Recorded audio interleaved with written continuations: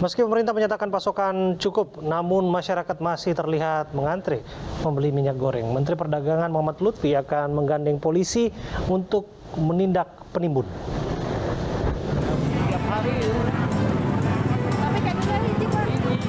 Warga langsung merangsek masuk memburu minyak goreng begitu pintu di sebuah supermarket di kawasan Banjaran, Kabupaten Bandung, Jawa Barat dibuka.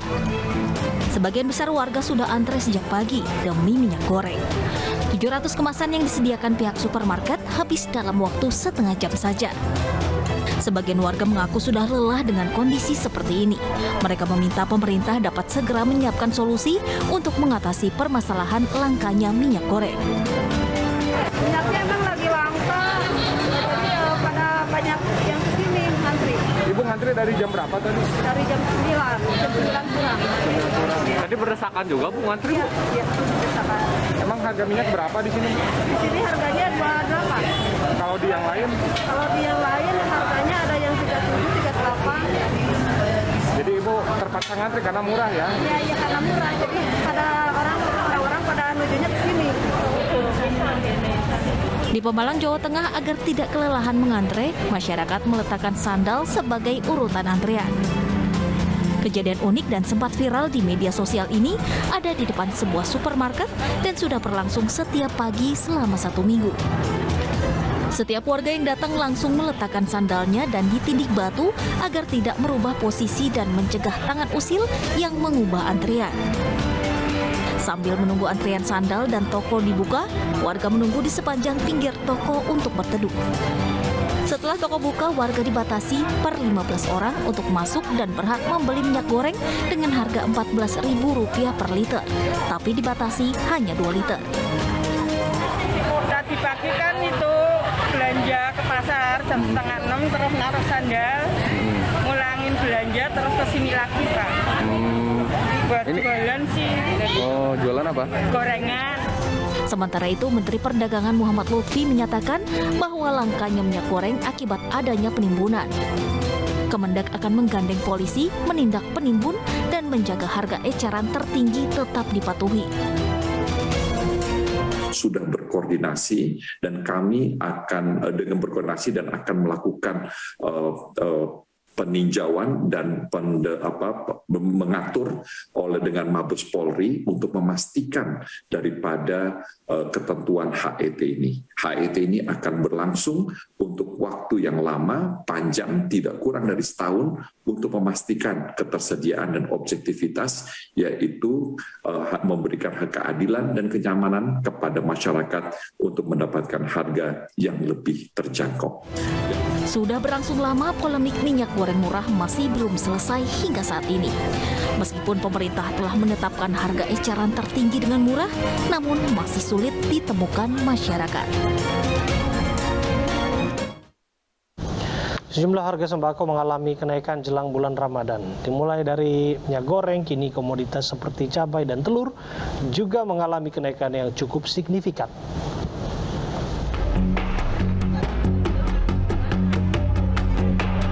Sejumlah harga bahan pakan kembali mengalami kenaikan harga di beberapa pasar di Jakarta. Dimulai dari minyak goreng yang mengalami kenaikan sejak beberapa pekan lalu. Kini, sejumlah bahan pakan lainnya juga mengalami kenaikan harga yang terbilang cukup signifikan. Dimulai dari cabai merah yang semula Rp30.000 kini menjadi Rp60.000. Cabai rawit yang semula Rp40.000 kini menjadi Rp75.000 dan tomat yang semula Rp8.000 kini menjadi Rp20.000. Kenaikan harga ini juga dialami telur ayam yang semula Rp22.000 kini mulai naik menjadi Rp24.000. Kenaikan ini diduga karena adanya bantuan pemerintah yang membuat stok telur ayam menjadi terbatas. Harga nggak? Ada. Apa tuh Mas? Berapa? Ini kemarin kan 22, sekarang jadi 24. 24? Iya. Terus ini udah hari keberapa berarti? Hari keempat. Kenaikan harga kebutuhan pokok juga terjadi di Purwakarta, Jawa Barat. Kenaikan harga terjadi pada cabai, bawang merah, hingga telur ayam. Harga cabai kini dibanderol Rp80.000 per kilogram, sementara bawang merah dari Rp25.000 kini menjadi Rp30.000 per kilogram. Kondisi ini dikeluhkan oleh warga karena kenaikan terjadi di tengah kondisi ekonomi yang dianggap sulit. Ya sebenarnya sih keberatan ya dengan semua harga naik. Pengennya sih stabil, normal, nggak usah yang ada naik-naikan lah. Warga berharap pemerintah turun tangan agar harga kebutuhan pokok dapat stabil. Diperkirakan harga sembako akan terus mengalami kenaikan hingga datangnya bulan puasa nanti.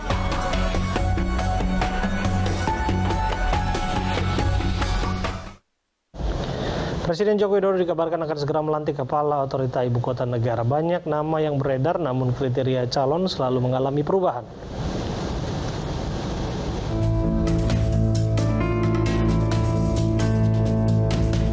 Pemerintahan Ibu Kota Negara Nusantara akan berbentuk wilayah administrasi khusus yang dipimpin seorang kepala otorita. Sebagaimana diamanatkan dalam konstitusi, kepala dan wakil kepala otorita Ibu Kota Negara pertama akan ditunjuk dan diangkat presiden paling lambat 2 bulan setelah Undang-Undang IKN diundangkan.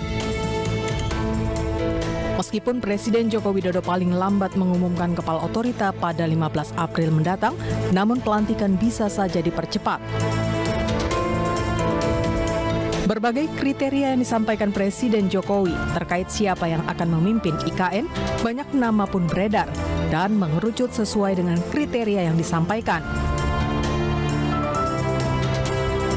Di antaranya, Basuki Cahayapurnama sebagai penerus Presiden Jokowi dalam memimpin daerah khusus Ibu Kota Jakarta. Pria yang akrab disapa Ahok ini selalu muncul dalam berbagai kriteria yang disampaikan Jokowi. Apalagi Ahok ditenggarai sebagai sosok yang sangat dekat dengan Jokowi.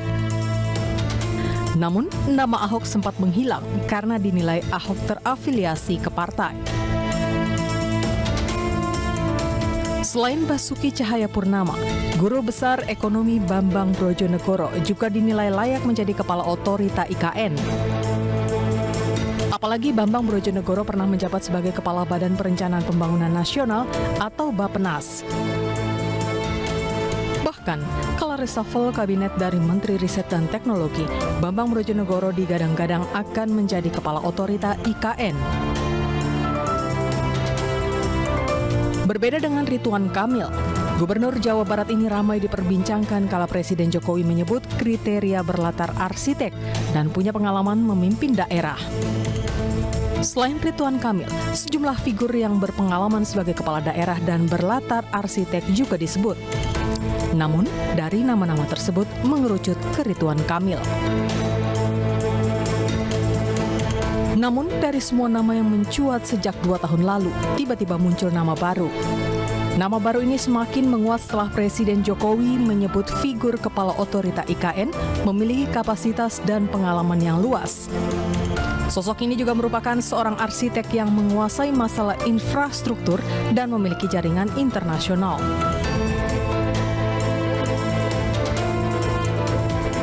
Dari figur yang disampaikan oleh Presiden Jokowi, sosok Bambang Susantono menjadi santer dikabarkan jadi calon kuat kepala otorita IKN.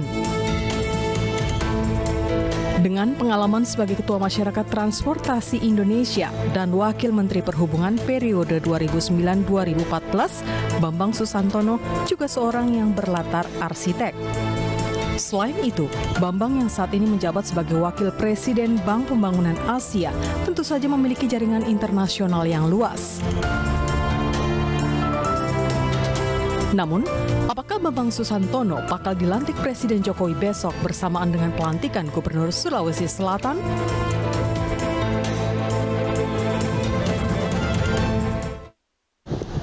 Kericuhan antara mantan anggota DPRD Tebing Tinggi dengan anggota DPRD yang menjabat diwarnai saling maki dan adu jotos. Sementara itu, penggerebekan narkoba di Kampung Bahari, Tanjung Priok, Jakarta Utara mendapatkan perlawanan dari sekelompok orang. Informasinya kami sajikan dalam Prime Highlight.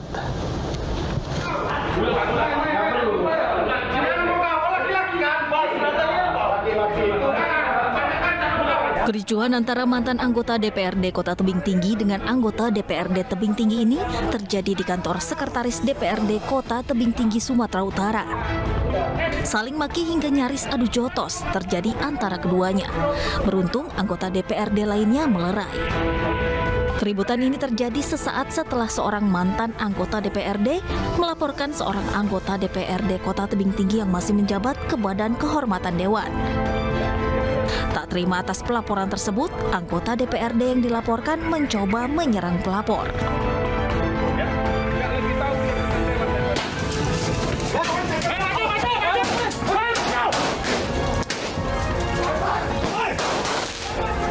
Tembakan peringatan ke udara ini terpaksa dilontarkan anggota Polres Metro Jakarta Utara saat mengejar sekelompok orang yang melakukan perlawanan kepada polisi.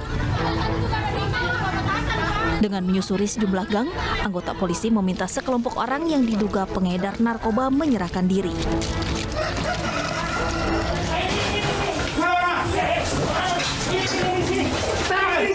Beberapa orang yang kedapatan bersembunyi terus dikejar.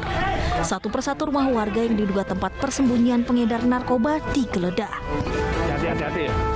Alhasil, polisi mendapati paketan ganja kering yang dibungkus kertas. Sejumlah pemuda langsung diamankan polisi. Berikut barang bukti dari hasil razia.